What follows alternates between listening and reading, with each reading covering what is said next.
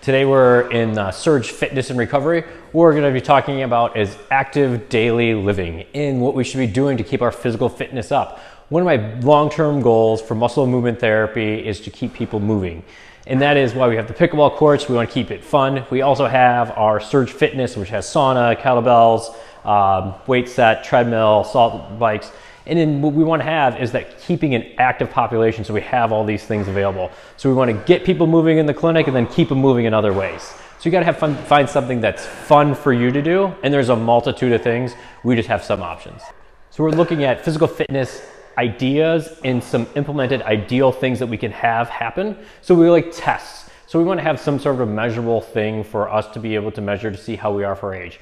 We offer VO2 max testing that is able to hook you up to a mask and be able to run on a treadmill. That is a little bit more of a invasive test. What we want to look at is how we can have a test that something you can do at home. And these are things that I do in the clinic often, but they're just nice ways of like figuring where we're at. One of the easiest ones that we like to measure is single leg stance. This is important because during gait cycle, you are on a single foot. When you start losing balance, we start taking shorter steps. So like the stereotypical loss of stenosis and things like that is the balance is we start seeing this forward posture in short steps. So you lose that stride. A lot of it has to do with the balance. So it's a very important measurement for longevity of life and quality of life. We want to keep those adventure years going.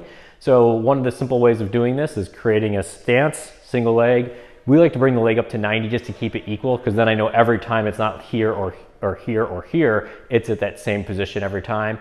So you should be able to hold this, and we'll list below what your normal level should be, but you should be able to hold this for about 20 seconds if you're older than 55, and you should hold it over 30 seconds if you're under 55. That's rough estimates. It divides out a little bit more by age, but that's a good way of doing it.